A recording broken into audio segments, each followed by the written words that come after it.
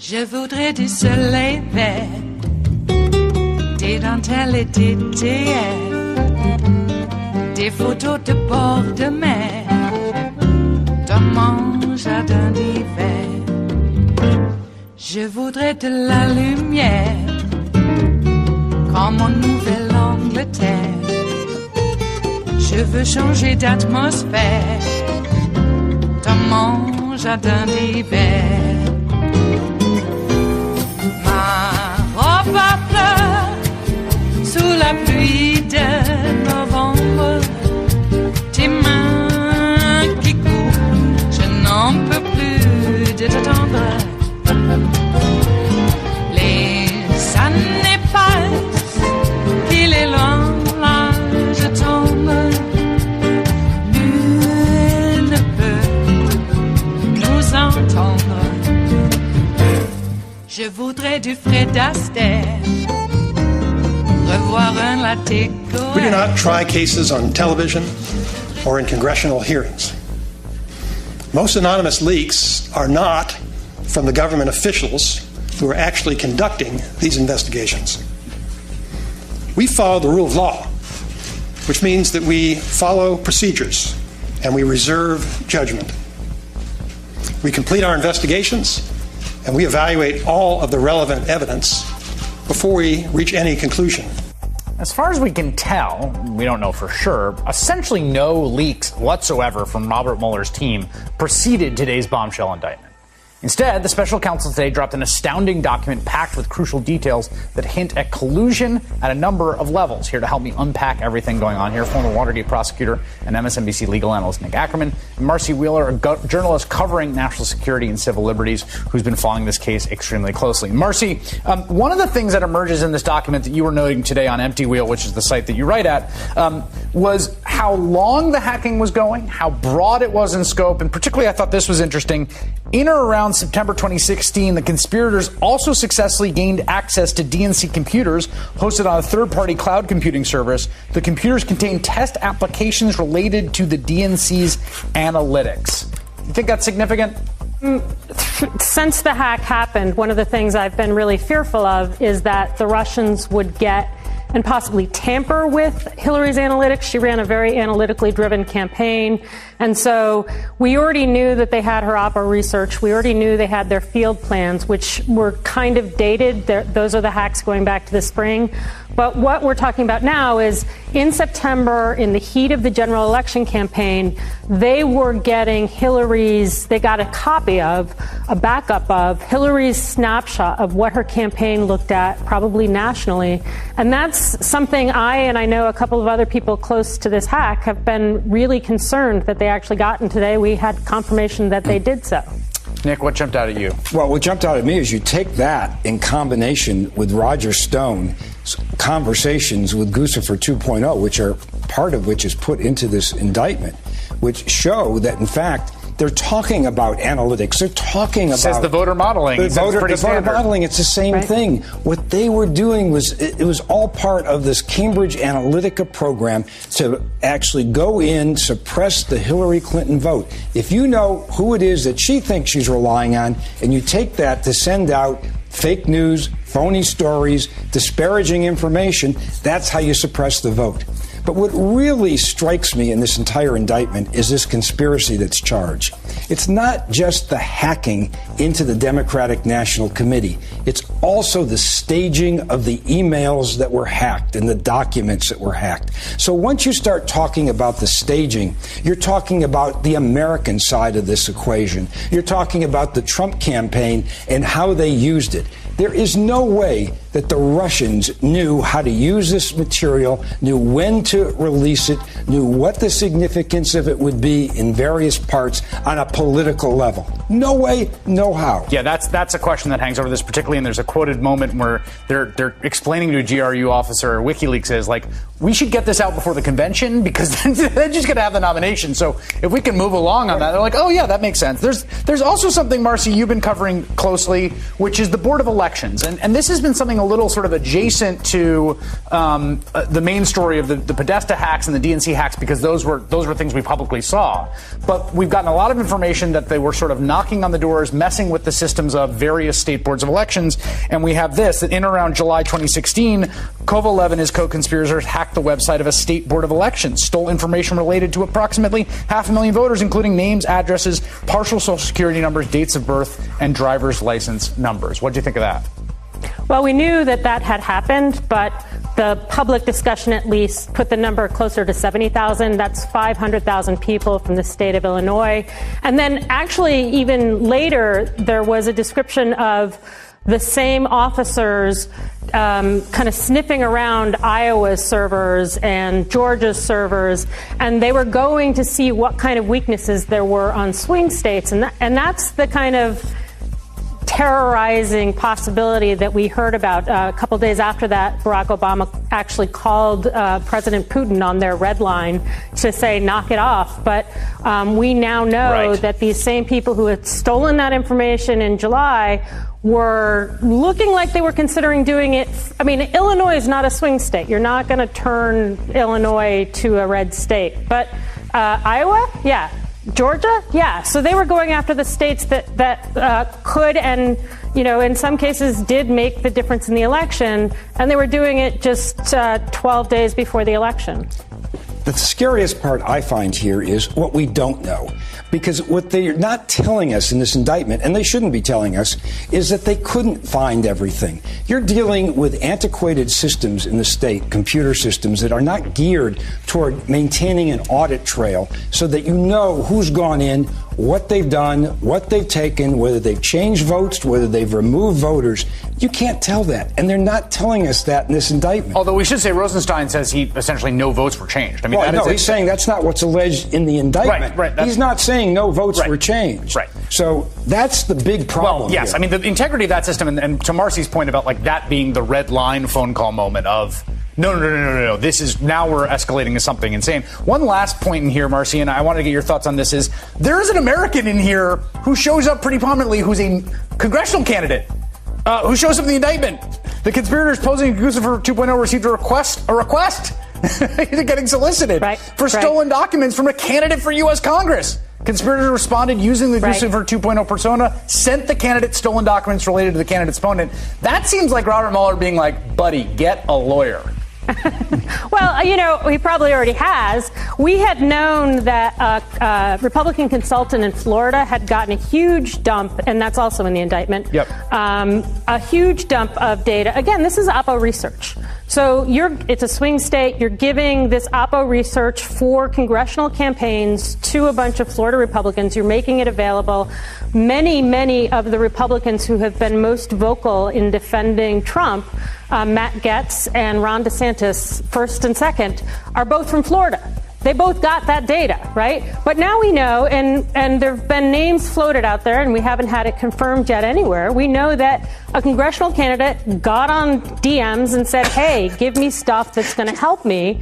And that sounds like, because, as a number of people have pointed out, that was in mid-August. Like, if you knew enough to be following Guccifer 2.0 in mid-August, you knew that he was presumed to be a Russian persona. So call up the Russians, say, give me the stuff on my opponent and help me win in November.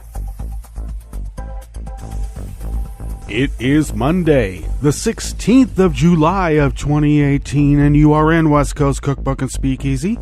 I am your chef de cuisine, Justice Putnam, and our daily special is River City Hash Mondays. That's right, folks, a busy weekend. Hey, we know a lot more now than when Chris Hayes had that spot on Friday when Rosenstein dropped a number on the Trump administration, but what we still don't know continues to be the scariest part of that whole event. What do we know? Well, we do know that Trump is a traitor, meeting with Vlad in Helsinki, and as I keep telling everybody, there's going to be Helsinki to pay. As soon as they get finished. I'll be here all week. That's right, Monday through Friday, right here at West Coast Cookbook and Speakeasy. Oh, gosh. Hey, France won the World Cup. Right there in front of Vlad. And Macron was dancing with glee right in front of Vlad. And then the heavens opened up right after the match. Wow. I wonder if it meant something. You never know. But great. It was actually a very exciting and great World Cup. The only bad thing is that, Vlad put it on. Because, he's going to milk that for all it's worth. Trust me. He already has. Mm-hmm. So, back to Trump and Vlad sitting down for their one-on-one. Without any aides, Trump said that he doesn't want anyone around because they might interrupt and disagree with Trump. Essentially, I don't know. Is he going to give Oregon, California, Northern California, Oregon, Washington, and Alaska back to the Russians? He'd give Canada back, but, he's still precluded from achieving that end. He's trying, though. He really is. One analysis of body language, and I've sort of noticed this too. Whenever Trump meets other world leaders or anybody, he always seats them to his right. So they have to reach across their bodies to shake hands with him. And, it's a typical ploy. I mean, you learn it. I got to tell you, I think you learn it in the military-themed prep schools. That's the kind of stuff they teach you there. But you look at Trump sitting down with Vlad, and Trump is the one that has to reach across his body to shake hands. Isn't that interesting? It just continues over and over and over. And I got to tell you, a lot of people want to place a lot of blame for Trump becoming president, okay? But let's be clear. There were, around 60 million that voted for him? Voted for a traitor? And what do I have to hear in my own extended family about Trump, being the right president at the right time? And he's come to, I don't know, bring back the culture of America that's been taken away. That old racist Nazi trope. Uh-huh. They don't really care. They voted for a traitor, and I do not want to hear any more about their faux patriotism. What's one of the things I got to hear in my family? I only go out with women who share my idea of the love for this country. And it's the same kind of people who dropped out of high school, and there's no way they're learning Cyrillic, not at their age. I'm just saying, it just doesn't seem very efficient. Pussy Riot ran onto the field dressed as Russian cops. I thought that was very exciting. And Mbappe, the young French phenom, did like a high 10 to a couple of the Pussy Riot performers. They were hustled off, and I'm sure they will be put in a gulag for around 24 to 28 months, and then they'll be released. That's what they like to do. Well, what's on the rest of the menu today here at West Coast Cookbook and Speakeasy? River City Hash Mondays. Well, on the rest of the menu in the Bistro Cafe part of West Coast Cookbook and Speakeasy, the Kushner family faces a lawsuit for forcing tenants out of a rent-controlled Brooklyn building. Yeah, part of the forcing is that they brought in asbestos to drive them out. Well, nice, huh?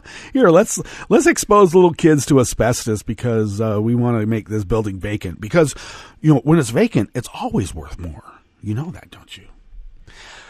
2 black Atlanta students were harassed by police following a 911 complaint over handing out political flyers. Well, they were handing out political flyers for a Democrat. You can't do that in that neighborhood. Everybody knows that. And state opposition to pipeline construction angers Trump supporters in Washington. Local control, let the states do and decide. Not in this instance. Not at all. After the break, then we move to the chef's table where British police uncover crucial new evidence about the Novichok poisoning. You know, the two Russians, the father and daughter, the former spy dad, the ones that were poisoned and lived. And then a woman here recently, a British citizen, may have died accidentally with the same nerve agent. And Trump's not going to mention that. No. And Trump does call the European Union a worse foe than China and Russia. Whoever voted for Trump voted for a traitor. All that and more on West Coast Cookbook and Speakeasy. Bon appetit.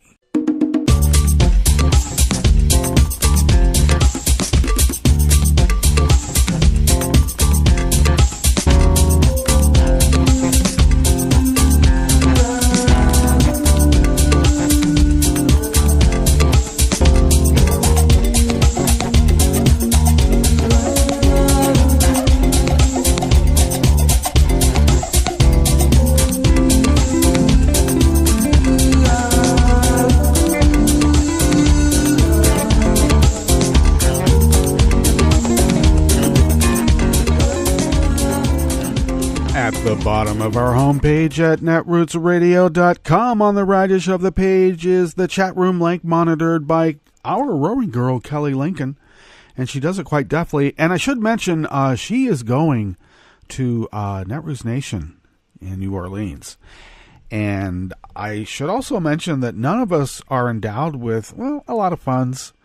So if you could kick a few shekels, even rubles, I think she'll take rubles in cryptocurrency, it would help her out tremendously because, well, she does have to eat while she's there. So if you could do that and direct it to Kelly Lincoln, that would be great. Go to show notes and you'll find ways to get a hold of Kelly. That would be so fabulous. Thank you for helping us do that. And helping her. Yeah, I mean, she is going to represent the radio station, so thank you for helping out. That is great. And to the leftish of the chat room link are the contribute donate buttons for the whole station. But in this instance, if you could find Kelly and direct it to her, that would be great. We're still getting the contribute donate button links linked properly, but they are there, and we are really unable to do this without you, so thank you for your generosity. You can follow Netroots Radio on Twitter at Netroots Radio. Tom takes care of that. Thank you, Tom. I've been taking care of Facebook, and Kelly kind of takes care of it too, so I might just have to hand it over to her. Because, it doesn't really matter. We all know. As I keep saying, Zuckerberg's going to do what Zuckerberg does.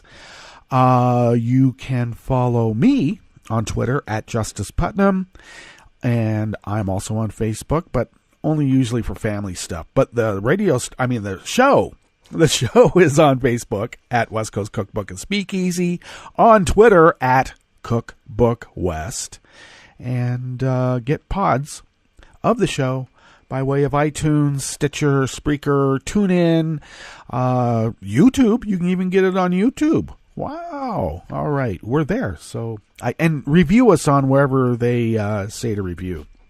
It just pushes us up in the search aspect. That's what they say. But thank you for all of that. Okay. Let's see where we are here. Oh, Kushner family faces a lawsuit. This is brought to us by T-Bog out of Raw Story. Tom Bogiani. The great T-Bug. According to a new report by the Associated Press, the family of White House advisor and Donald Trump's son-in-law, Jared Kushner, is being accused of driving tenants out of a rent-stabilized building so the family can convert the units into pricey condos. The report states that the residents of the Austin Nichols house in Brooklyn's Williamsburg neighborhood claim that the Kushner company is doing construction almost around the clock, making the building unlivable, and creating dust and rat problems. Well, anytime you stir up the dirt for any kind of construction, the field mice are going to come out. And when you're in a big urban environment like New York, I don't think you have field mice anymore. I think that they've hulked up, so to speak. They're rats. They're not field mice anymore. According to interviews with dozens of tenants, construction begins early in the morning and lasts well after dark, with workers entering units without permission. Some tenants explain that they have seen rent increases of $500 or more since the family purchased the building in 2015, with the intent of converting the units into condos that will sell in the neighborhood of $1.2 million each. Maybe not now. According to data compiled by AP, turnover in the Kushner building exceeds similar buildings, with about 75% of the building's apartment changing hands or sold as high-end residences since the purchase. Tenants who have been forced out are preparing to file a lawsuit today, alleging they were harassed into moving and claiming their health was affected by dust created due to the continuous construction. That dust? Yeah, asbestos. In a statement, a representative from the Kushner company said, "Tremendous care was taken to prevent dust and inconveniences to tenants," and admitted they are aware of the complaints and have been dealing with them. We know how the Kushner company deals with complaints. Yeah, it's not a nice little tete-a-tete. No. It's a little bit of a, femur break, maybe.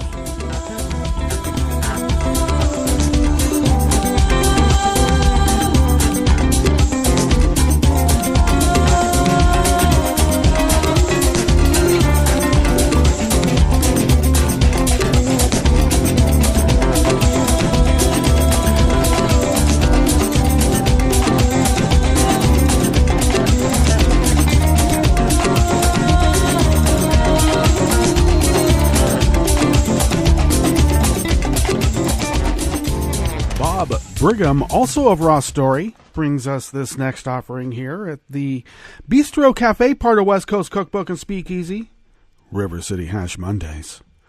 Police in the Atlanta suburbs responded in force after somebody called 911 on two black college students canvassing for a congressional candidate. Morehouse College student Eli Sabur recorded video of the incident, the latest in a string of incidents involving people of color having police called on them despite doing nothing wrong. The two black students were canvassing for David Kim, a first-generation American-born son of Korean immigrants who was running for Congress. Well, that's definitely illegal. Are you kidding me? In the suburbs of Atlanta? Now, Kim is currently facing a July 24th runoff election for the Democratic Party nomination to challenge Representative Rob Woodall, Republican of Georgia, in the November midterm elections. I was in my campaign shirt, hands full of literature, and professional as always, Sabur said in a statement posted on the campaign's Facebook page. Sabur, who has years of experience canvassing, saying having the police called actually happens a lot. Yeah, because he's black. The candidate, who has 3 children, posted an emotional statement on the police incident. When I repeatedly hear of incidents like this, it deeply saddens me that this has become a running commentary of my campaign. I understand why every parent of a child of color must have the talk and worry about all our team members out in the field. Now, of course, the talk refers to the conversation black parents must have with their children about surviving interactions with police. Sabur said he will not let the incident stop him from continuing to campaign for Kim. Stay safe, y'all, and stay optimistic, Sabur urged. And don't forget to vote.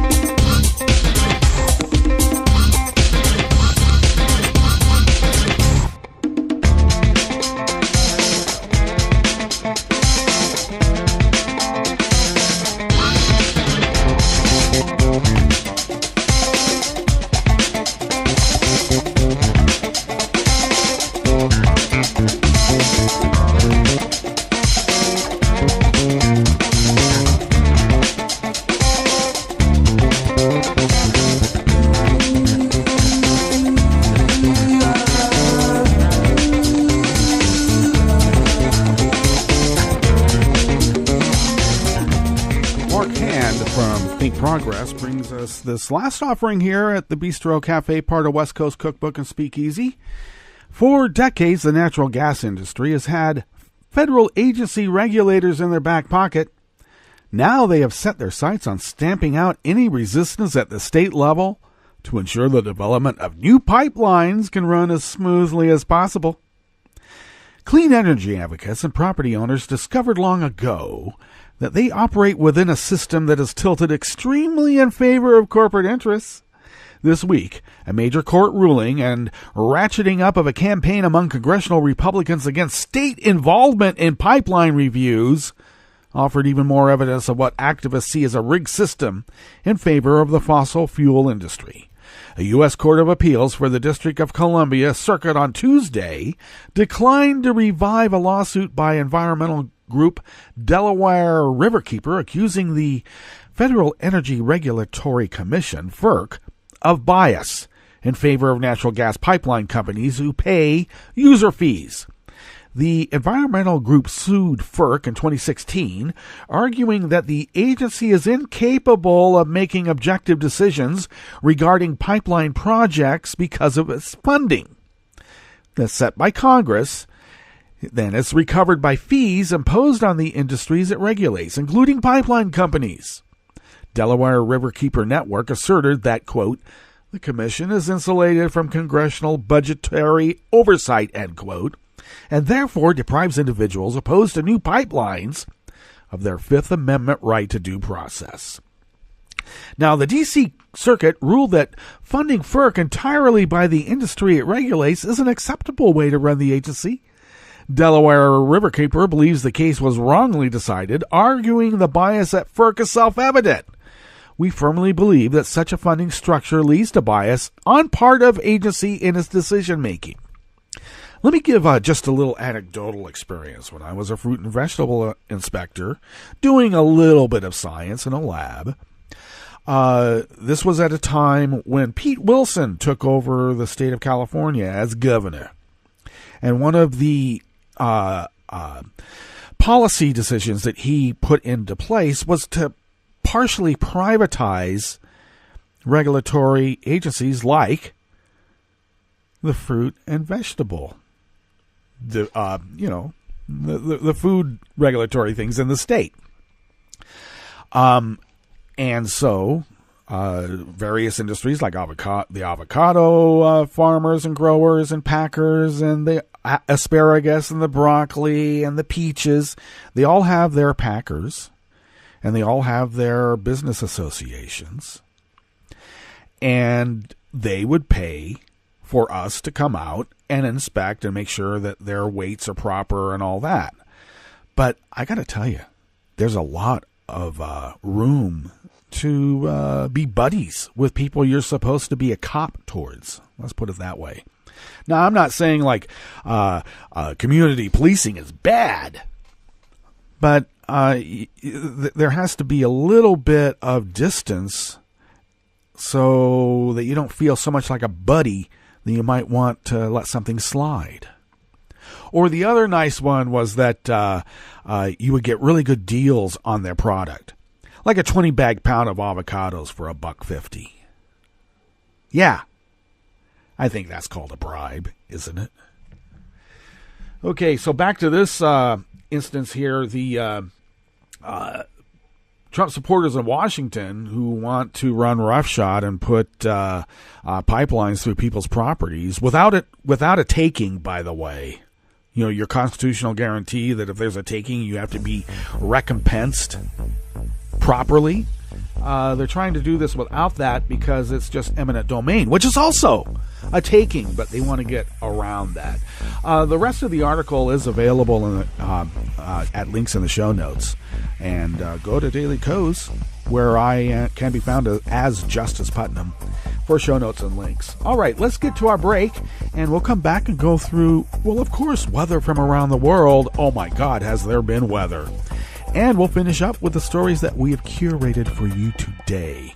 You are listening to West Coast Cookbook and Speakeasy, and we will be right back. You are listening to netrootsradio.com. Please hang up and try again.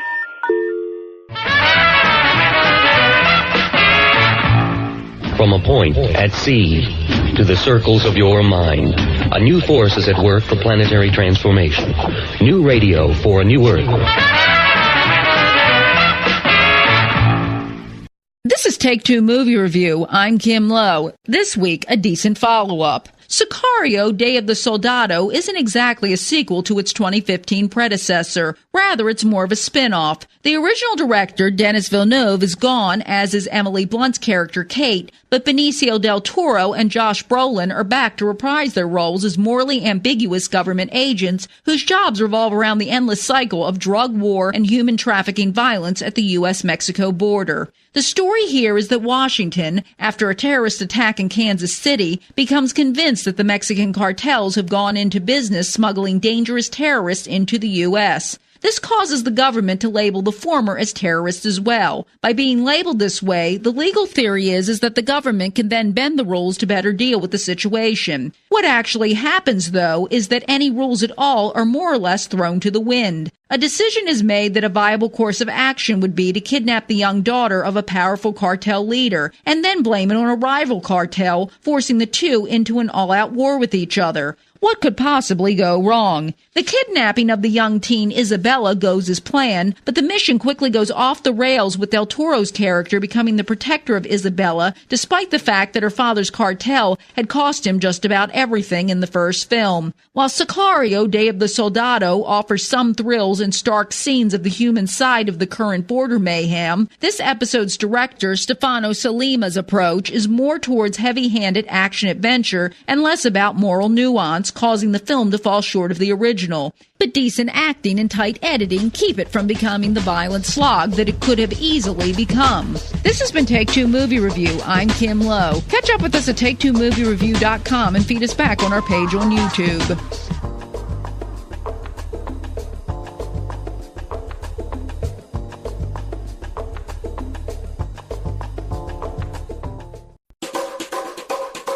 Hi, I'm Scientific American podcast editor Steve Mirsky, and here's a short piece from the July 2018 issue of the magazine in the section called Advances, Dispatches from the Frontiers of Science, Technology, and Medicine. The article is called Quick Hits, and it's a rundown of some science and tech stories from around the globe, compiled by assistant news editor Tanya Lewis. From the U.S., Hawaii's state legislature announced it wants to get 100% of its energy from renewable sources by 2045. The state already gets more than a quarter of its electricity from such sources. From the Pacific Ocean, a whale shark set a new distance record for its species by swimming more than 20,000 kilometers across the Pacific Ocean in 841 days. The creature traveled from off the western coast of Panama to near the Mariana Trench. From the UK, caterpillars of the oak processionary moth invaded London's parks this spring. The creature's long white hairs can irritate eyes and skin and cause sometimes deadly allergic reactions. From Japan, a Japanese engineer built a giant robot inspired by the animated TV show Mobile Suit Gundam, fulfilling a childhood dream. The robot, made by farming machinery company Sakakibara Kikai, stands 8.5 meters tall and weighs more than 7 metric tons. From Sweden, archaeologists discovered the remains of a bloody slaughter in a Swedish fort from the 5th century AD. The 26 skeletons they excavated, including those of an old man and a teenager, show wounds from behind, suggesting a surprise attack. And from Sudan, new high-resolution images of a meteorite found in the Nubian desert in 2008 revealed it contains diamonds, possibly from a lost planet that orbited the sun during the solar system's formation. That was Quick Hits by Tanya Lewis. This program is presented by the Centers for Disease Control and Prevention. Pools, water parks, and other recreational water venues are popular places to relax and stay cool, but they can be sources of serious illness. Since 2000, nearly 500 outbreaks have been reported at recreational water venues in the U.S., resulting in over 27,000 illnesses and 8 deaths. Most were caused by parasites, bacteria, viruses, or certain chemicals in the water. Parents with young children who have diarrhea should not allow their children to swim or play in the water. In addition, bathers should check the inspection scores of pools and water parks and can conduct mini inspections using test strips before getting in the water. A few simple precautions can allow you to share the fun, not the germs. Thank you for joining us on A Minute of Health with CDC. For the most accurate health information, visit cdc.gov or call 1-800-CDC-INFO. Welcome to 60 Second Civics, the daily podcast of the Center for Civic Education. I'm Mark Gage. George Washington served 2 terms as president. When he left office, he warned the Americans about the harmful effect of political parties. By the election of 1796, there was serious hostility between the Federalists and the Republicans. Each party wanted one of its own people to win the presidential election. John Adams, a Federalist, was elected president. Thomas Jefferson, a Republican, was elected vice president. Jefferson and the Republicans were very critical of the way Adams ran the government. The Republicans organized their opposition. They used the newspapers to build public support for their views. Adams and the Federalists in Congress were able to pass 2 laws called the Alien and Sedition Acts. The Alien Act gave the president broad powers over aliens entering the country. The Sedition Act made it a crime for newspaper editors, writers, or speakers to criticize the government. The Alien and Sedition Acts outraged the Republicans. They knew that the laws were intended to silence them. Several newspaper editors and a member of Congress were fined and put in jail for writing and speaking against the government. That's all for today's podcast, 60 Second Civics, where civic education only takes a minute. You can help stop the Trump agenda in its tracks. Make sure you're registered to vote. Go to rockthevote.org. And on November 6th, vote for Democrats up and down the ticket. This message, a public service from all the fine people of netrootsradio.com.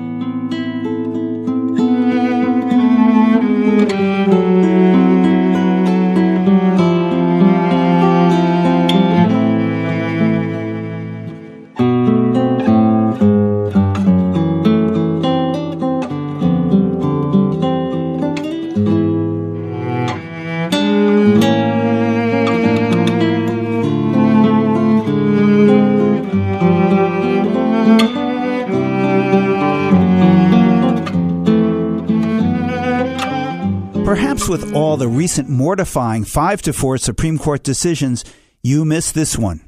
I'm Bill Newman, and this is the Civil Liberties Minute. In the case of Abbott versus Perez, another 5-4 decision issued at the end of its term, the Supreme Court reversed a 3-judge federal court and sanctioned congressional districts and state legislative districts that overtly discriminate against voters on the basis of race. Listen to what the dissent, written by Justice Sonia Sotomayor, said. Quote, "The court today goes out of its way to permit the state of Texas to use maps that the 3-judge federal district court unanimously found were adopted for the purpose of preserving the racial discrimination that tainted its previous maps." The dissent goes on.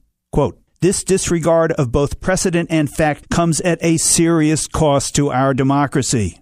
It means that, after years of litigation and undeniable proof of intentional discrimination, minority voters in Texas, despite constituting a majority of the population within the state, will continue to be underrepresented in the political process. The Supreme Court in this case refused to provide any remedy for the state's overt intentional discrimination against a minority, actually a majority, group. Voting is a fundamental right, but a right without a remedy is no right at all." The Civil Liberties Minute is made possible by the ACLU because freedom can't protect itself. We Americans believe that everyone has a right to their day in court, right? But what if the court is turned into a loony bin, making a mockery of justice? Welcome to the federal immigration courts that are struggling to deal with the insanity of Trump's imperious zero-tolerance decree that all Latino asylum seekers will be jailed and prosecuted as criminals. How insane is it? Toddlers, separated from their parents by Trump's border guards, are being put on trial for entering the U.S. illegally. We were representing a 3-year-old in court, said a dismayed defender of a migrant kiddo, and the child in the middle of the hearing started climbing up on the table. It really highlighted the absurdity of what we're doing with kids. Not just doing with them, but to them. Fleeing unimaginable trauma in their home country, then suffering the pain of being torn away from their parents inside our border. The expectation that these little ones can mount a legal defense has rightly been labeled unconscionable and grossly inappropriate by experts. But I would add, inexpertly, that it is insane and evil. Here's a bit of Trumpian evil for you. Johan, a 1-year-old Honduran boy taken from his amnesty-seeking father by border agents, was hauled into federal immigration court in July. A 1-year-old. As an AP reporter wrote, the baby briefly played with a ball, drank from a bottle, then cried hysterically. The law doesn't even require that children have a lawyer to represent them. The judge said he was too embarrassed to try explaining this judicial proceeding to anyone. I don't know who you would explain it to unless you think that a 1-year-old could learn immigration law, the judge said in exasperation. This is Jim Hightower saying, maybe he could try explaining it to the U.S. president who has foisted this lunacy on us. It's a case of the inmates having taken charge of the insane asylum. Need an antidote to the progressive blues? Want some good news about how grassroots folks are rebelling against the corporate powers and winning? Well, here's an easy-to-swallow pill for you, the Hightower Lowdown. Hightower's monthly newsletter will give you the lowdown, even as it lifts you up. It's 4 pages a month, jam-packed with facts you can use, actions you can take, and Jim's own Texas humor, all for only $15 a year. To become a lowdowner, go to hightowerlowdown.org. I'm Rick Smith, and this is Labor History in 2. On this day in labor history, the year was 2000. That was the beginning of a 2-day rally in Washington, D.C. to protest the gathering of world leaders for the World Bank and the International Monetary Fund, or what is known as the A16 Summit. The event was a continuation of the massive protests that disrupted the World Trade Organization's meeting the year before in Seattle, Washington. The common thread through these protests was a concern over how globalization of world markets hurts working people and the environment. Protesters included a wide range of people, including peace activists, environmental activists, anarchists, and union members. 2 days before the D.C. protest, organizers held an international forum on globalization at the Foundry Methodist Church. 2,000 people attended this teach-in to hear from activists around the globe. It's estimated that 50,000 people attended the D.C. rallies.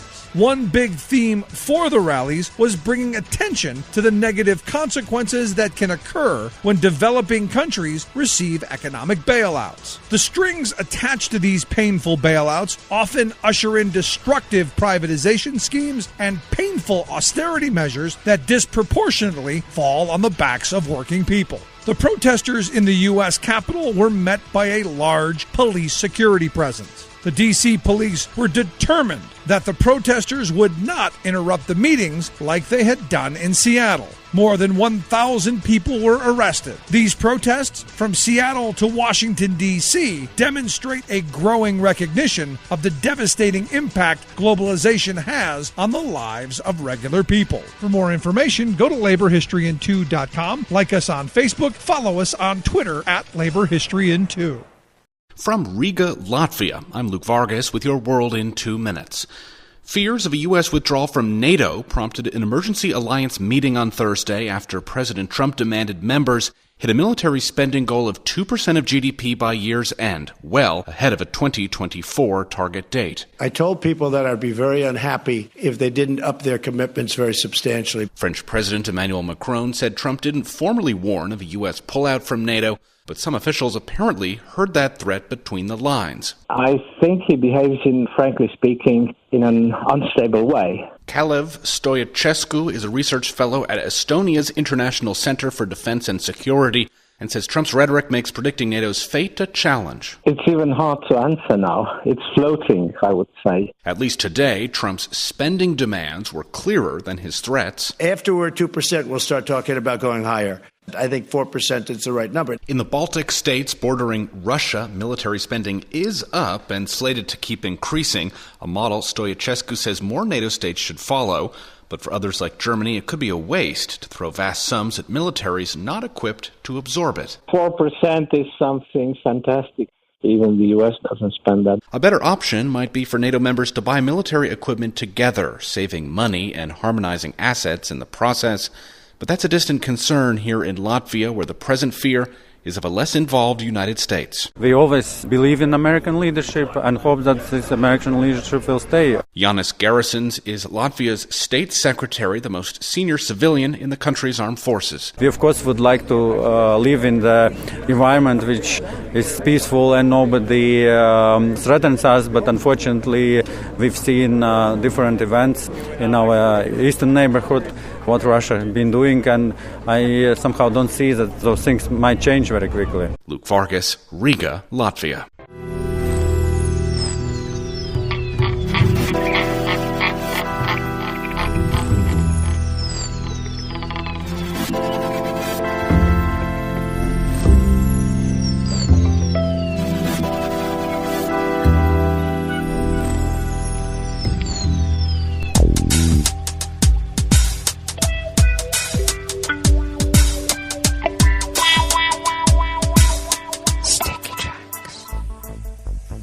Thank you for accompanying us here to the chef's table at West Coast Cookbook and Speakeasy, River City Hash Mondays. And we always begin weather from around the world along the banks of the Rogue River, in the Rogue River Valley of southern Oregon on the west coast of the continental United States of America, where we continue to be under an excessive heat warning, and we will continue that until late tomorrow, maybe Wednesday, over the weekend. Yeah, we topped out about 112 on Saturday. We had a nice thunderstorm that came through here that dropped a bit of rain on us, which was nice. It felt like Hawaii. Yes, that warm. But it was a respite, and though we did go back up to 100 as soon as it passed through. And we will continue in triple digits. We're going to be a tad warmer today at 103, a low tonight of 67, and then a high tomorrow of 103. So winds are out of the south-southwest at a negligible 1 mile per hour. We'll be picking up, as usual, out of the northwest, 5 to 10 miles per hour in a couple of hours. And then we'll shift to out of the north-northwest at 5 to 10 miles per hour this evening. Dry conditions will continue. It looks like right now we're at 60% humidity. That should be going down tremendously. Grass pollen remains high. No data on air quality. The daytime UV index, of course, remains very high at 9. High pressure dominates the region right now at 29.91 inches and rising.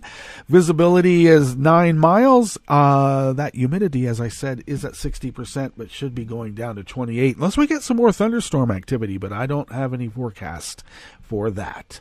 Weather from around the world is brought to you by People's Personal Weather Stations that they purchased. These people planted these purchased personal weather stations somewhere on their property, and these people positively live around the world. London is 85 degrees and fair. Paris is 86 and sunny. Rome is 83 with a rain shower, and they are under a flood watch. Kiev is 77 and fair. Kabul is 85 and partly cloudy. Hong Kong is 79 and clear. Tokyo is 83 and partly cloudy. Sydney, Australia is 51 degrees and clear. San Francisco, California is 55 degrees and cloudy, and they continue to have small craft advisory on the bay and offshore for gusting winds. So take care. And New York is 85 degrees and sunny, so hot that you are also under an excessive heat warning. So, I don't know, you're the land of cool. Be that way. That is weather from around the world, brought to you by People's Personal Weather Stations that they purchased. These people planted. These purchased personal weather stations somewhere on their property, and these people positively live around the world.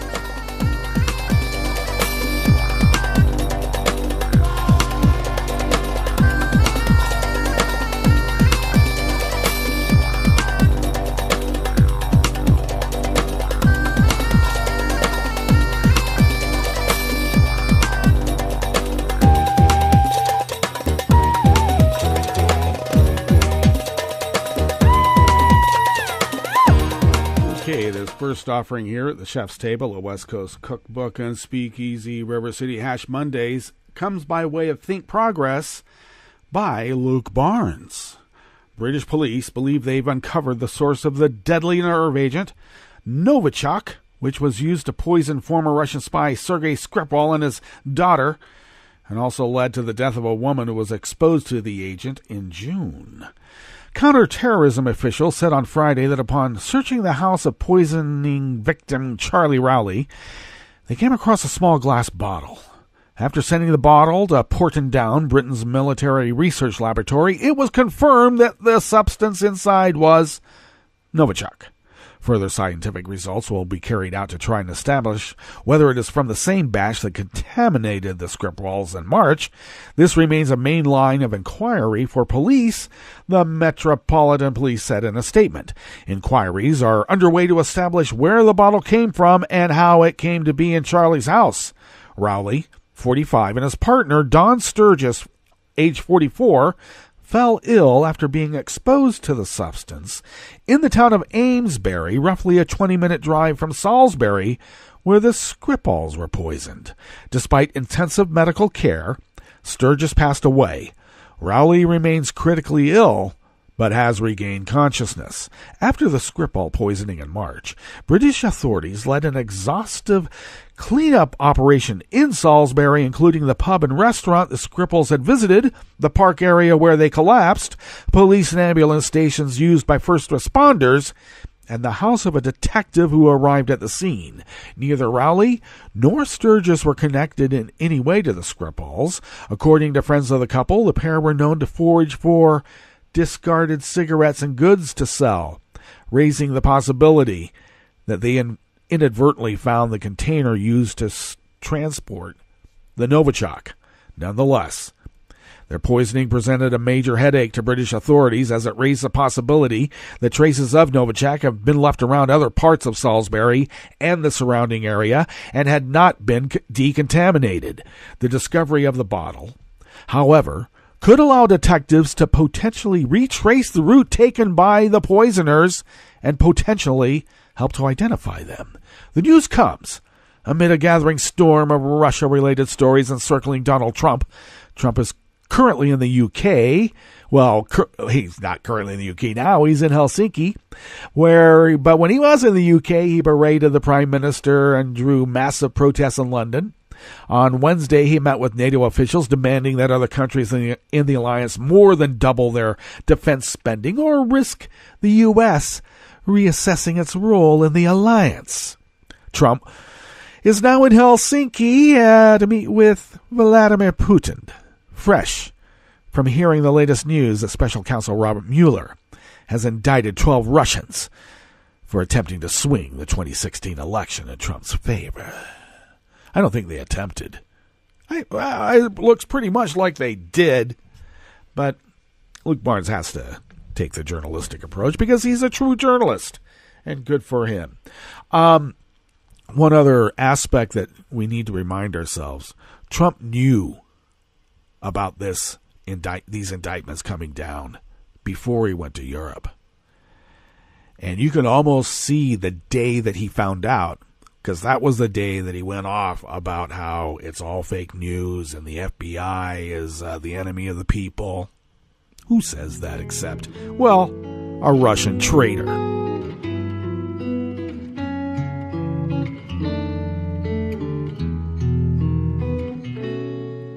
Je te donne ce mon amour pour la vie entière. La promesse de me trouver à tes genoux. Aussitôt que tu m'appelles, rester toujours fidèle. C'est tout, c'est tout.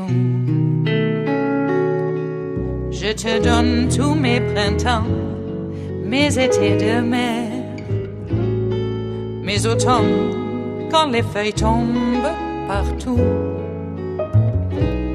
Si ce n'est pas une bonne affaire, je te donne tous mes hivers. Finishing up here in the Chef's Table at West Coast Cookbook and Speakeasy River City Hash Mondays is an article out of Share Blue Media by Tommy Christopher. Trump cannot stop attacking our allies, even as he prepares to meet one of our greatest foes. Yeah, it is odd, isn't it? Or is it? Trump spent most of last week attacking and alienating America's NATO allies and finished the week by calling our allies in Europe, in the European Union, bigger foes than, well, Russia or China. In an interview that was taped on Saturday, CBS's evening news anchor Jeff Glor asked Trump who he viewed as America's greatest foe, and Trump immediately identified the European Union. Who is your biggest competitor? Your biggest foe globally right now, Glor asked. Well, I think we have a lot of foes. I think the European Union is a foe, Trump said. What they do to us in trade. Now, you wouldn't think the European Union as a foe, but they're a foe. Trump then added that Russia is also a foe, but only in certain respects. He also listed China as a foe economically, but quickly added that neither country is bad because of that. Russia is a foe in certain respects. China is a foe economically. Certainly they are a foe, Trump said. But that doesn't mean they are bad. It doesn't mean anything. It means that they are competitive. A lot of people might be surprised to hear you... Oh, I'm sorry. Wrong voice. A lot of people might be surprised to hear you list the EU as a foe before China and Russia, Glor noted. No, I look at them all. Look, EU is very difficult. Maybe the thing that is most difficult, Trump said. Don't forget, both my parents are born in EU sectors, okay? I mean, my mother was Scotland and my father was Germany. And, you know, I love those countries. I respect the leaders of those countries. Trump's father, Fred Trump, was not actually born in Germany. He was born in New York. It's a strange thing to lie about, but Trump has done it repeatedly, according to Toronto Star reporter Daniel Dale, who keeps track of all of Trump's lies. And if Trump respects German Chancellor Angela Merkel, he didn't show it this week when he attacked Germany during a NATO breakfast. Trump also doesn't show respect for Germany or any of our other European allies by attacking the EU in stronger terms than he did either Russia or China. Trump gave Russia a pass, even after a dozen Russian officials were indicted this week for crimes against the U.S. And he went easy on China, even after accusing China of undermining his diplomacy with North Korea. Trump's attack drew a swift, witty rejoinder from EU President Donald Tusk, who tweeted, "America and the EU are best friends. Whoever says we are foes is spreading fake news." Well, Trump's this week was another disturbing reminder that Trump seems to love attacking our allies as much as he enjoys sucking up to our enemies, like Vladimir Putin. Indeed. Well, folks, that does bring us to the end of our broadcast period for the day, but we will be back here tomorrow for Tarrytown Chowder Tuesdays in West Coast Cookbook and Speakeasy. That's the daily special, so do show up. Of course, there is breaking news, and hopefully the West Coast hasn't now been annexed by Russia, which could happen. But would we know it? There's no notes being taken. I guess we'll know it when it happens. So, if they don't shut us down, we'll be back here tomorrow. And there will, of course, be breaking news throughout the day on Netroots Radio, so stay tuned for that. And, as I keep saying, we'll visit with you tomorrow in West Coast Cookbook and Speakeasy. Bon appetit.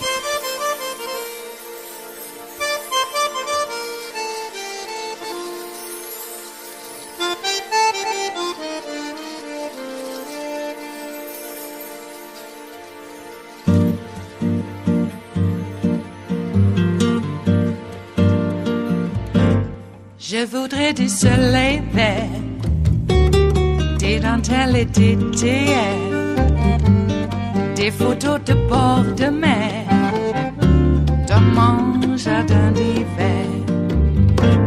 Je voudrais de la lumière, comme en Nouvelle-Angleterre. Je veux changer d'atmosphère, dans mon jardin d'hiver. Ma robe à fleurs, sous la pluie de novembre, tes mains qui courent, je n'en peux plus de t'attendre. Les années passent, il est loin, là je tombe. Nul ne peut nous entendre. Je voudrais du Fred Astaire, revoir un latte Goël. Je voudrais toujours te plaire, dans mon jardin d'hiver. Je veux déjeuner par terre, comme au long de golfe clair, t'embrasser les yeux ouverts, dans mon jardin d'hiver. Ma robe à fleurs, sous la pluie de novembre, tes mains qui courent, je n'en peux plus de t'attendre.